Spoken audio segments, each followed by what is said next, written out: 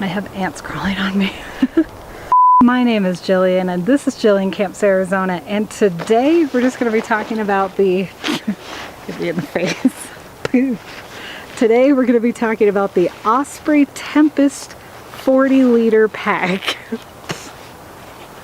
So many cords and stuff. This is a fun pack. It's ultra lightweight, but it does have quite a few flaws. So just be forewarned, if you're using this in a hot, dry desert, be forewarned that you may have some issues using this pack. So let's go ahead and get into it by first talking about the features listed on the website.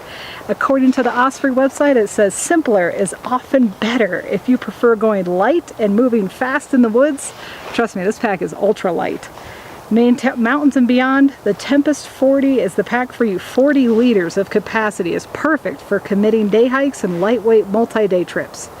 Ventilated and comfortable, the women's specific BioStretch harness continuous wrap hip belt combined with a fiberglass frame to create an incredibly stable carry system that hugs your body so you can stay balanced on the trail, ridge, or peak. Zippered hip belts, side stretch mesh pockets with dual access, a harness pocket. Okay, let's go ahead and get into it, shall we? So this is the Osprey Tempest 40, and as you can see, it's small. It appears to be smaller than the Red Wing that I've done in a previous video. And I'll show you a side-by-side comparison, but I think it is just a tiny bit smaller than that pack actually. But according to the website, it's still 40 liters and I'm able to fit quite a lot of stuff on it. So let's go ahead and start, as always, with the bottom of the pack. Because if the bottom is not stable and sturdy, just like I've said in the other videos, then your stuff will just fall right out. So you have to make sure, number one, that just feel the bottom of the pack. Does it feel secure, like it can hold 40 pounds or more against this? This is the crushing weight right here. So you have to be sure that it can hold that much weight. So this is a thin pack, and as you can see, this material is incredibly thin and lightweight. I'm able to hold it up and it's very light, very lightweight pack. But again, that does have some drawbacks when you're hiking, say, in a desert. I've hiked the Grand Canyon one time with this and it was good pack, but I did rip it in some places and it's already stretched out in others, so it's just kind of a stupid fly. It is kind of a interesting pack, so you'll just have to keep those pros and cons in your mind when choosing a pack like this. So let's take a look at the bottom first, just like I was saying. And as you can see, this panel is a zippered panel for holding a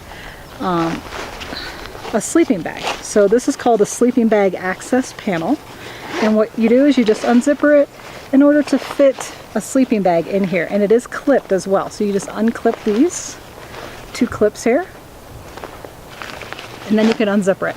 This isn't a separate pocket for your sleeping bag. In fact, you can see into the rest of the bag all the way up, right? So it's just different access. If you wanted to get things down here faster, then you can access it down here. Let's go ahead and zip this back up. And it clips too, right? So that way the bottom is not going to be falling out of the zipper because it will be clipped in very carefully, which is nice. Next, you have some loops here in order to hold. I was holding like my flashlight and some different things onto here, like I was saying, that inflatable seat. It's not a full seat, but it's just the cushion part of the seat, and I just strap this to the outside of the bag. So as we move up the pack, I'm going to go ahead and unclip the main piece here. So as you can see here, it does have a front mesh pocket, but again, as you can see, one time I've used this, but it's so stretched out here. And I've only kept like a flashlight in the map in here when I was hiking, but it got stretched out so easily. I'm afraid to use this pocket for anything because look how loose it is now. And it's not zippered or anything. It's just a loose mesh pocket for holding just some minor items. But again, it stretched out very rapidly in the very first time that I used this bag. So just be careful when you're like leaning against rocks and whatnot. This bag stretches out easily because it's very thin fabric, right?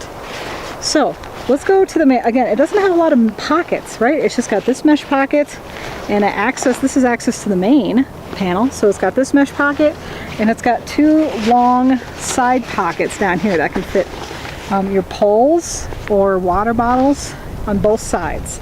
But as far as pockets goes, that is it for the front. So it just has this mesh pocket and the two side pockets, and that is it. So now let's go to the main pocket here.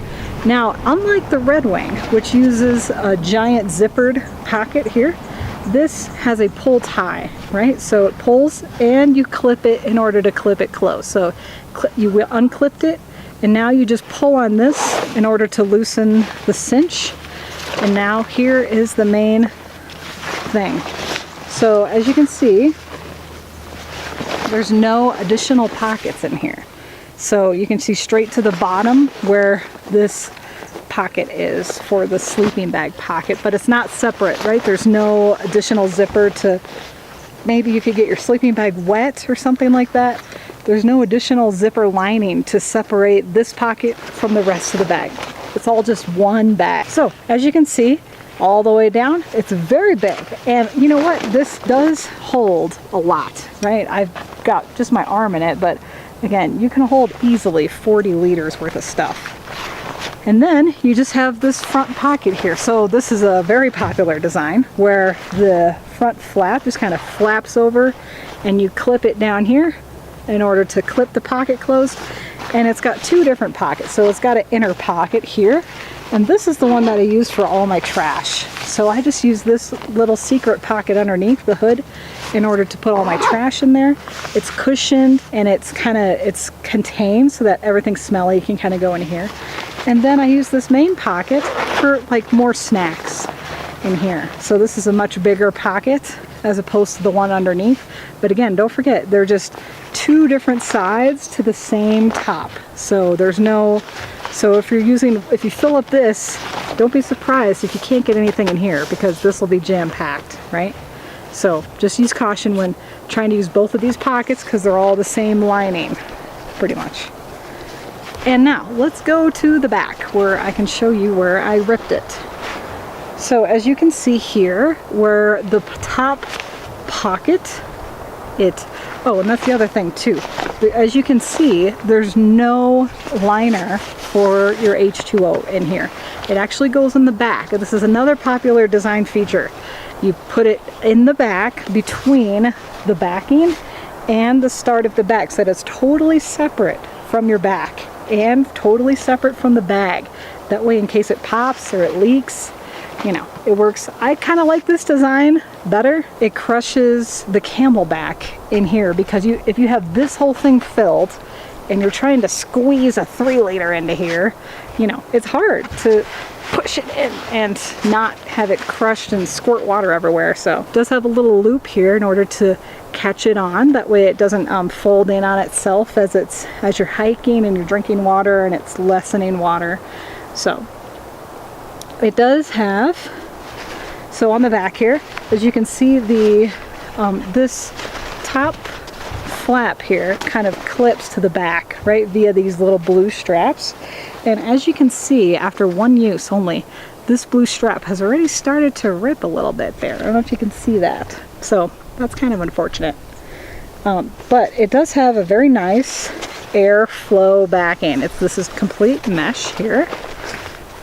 Total mesh. And as you can see, it's got 3 panels. It's got one on this side, one on this side, and one on the bottom. That's a very popular design to keep it on the lower back, and on both sides it gives you a nice cool air breeze in here too. So, and then here's the straps. These are actually thin straps, and I don't know if you can see that foam is actually it's kind of a blue foam in there, but it's very thin. You know, it's not as thick as the Red Wing or even my biking backpack. This is a very thin foam. So, but again, it has the cinching cord so that after you fill up the pack, you want to cinch it closer to your back so it's not leaning away and you're not kind of, oh God. So you cinch these so that it comes closer to your back. And it also has a little knife pocket here, is what I like to call it. I did keep kind of a little knife here just in case. I don't know why you need it such easy access, but whatever. So it's got a little knife pocket here, and then it's got these loops. It does say these are for your trekking poles, so trekking pole loops here, but I did not use these for my trekking poles. I just use these for like my sunglasses if I needed them and whatnot. So, and it does have a padded hip strap, padded waist strap here, and as very popular, unlike the Red Wing, this is the only plus side to this pack, I'd say, it does have pockets. So it's got mesh pockets. But again, I kept a camera in here, and because this mesh is so breathable, it got so much dust in it and it ruined my camera. So just use caution for whatever you put in here, maybe a little snack or two, but I wouldn't use it for expensive electronics like your phone or whatnot. I'd always use these side pockets where it's more protected along the side here, just like normal. So, but anyways, that is it. So this pack is not as fancy as some other packs, right? It's still got the cinch thing, so in order to close it, you just cinch it closed. And then what you do is you take this clip and you clip it into here, see? So that way it clips closed as well. And then this top flap kind of comes up across here, and you can clip that down as well. So that is it as far as the pack. I'm probably going to make a video now where I'm going to be comparing the different packs and which one is used in best for which situation. Again, just use caution when using this in, say, a rough terrain like the Grand Canyon, or if you're leaning against rocks a lot, you know, just be careful because this stretches out and it scratches. These are very delicate, these little pole things here. So just use caution when you're leaning against rocks or if you're rubbing up against boulders or whatnot, you know, especially in Arizona. So maybe this wasn't the best pack for the first time, but it's what I used and I was able to get through the first time. But again, I've only used this pack for 2-day hike into the canyon and back. You can see it's already like quite dusty and dirty and stretched out and a little ripped too. So, but anyway, so that's it. That's all I wanted to show you. So, okay, so thank you so much for watching. Feel free to give this video a thumbs up if you like this content, you want to see more like it. And if you're not currently following me and you want to follow me around, feel free to hit that subscribe button below. Or you can like my page on Facebook. That's at Jillian Camps Arizona. Thank you so much for watching, and I'll see you in the next video.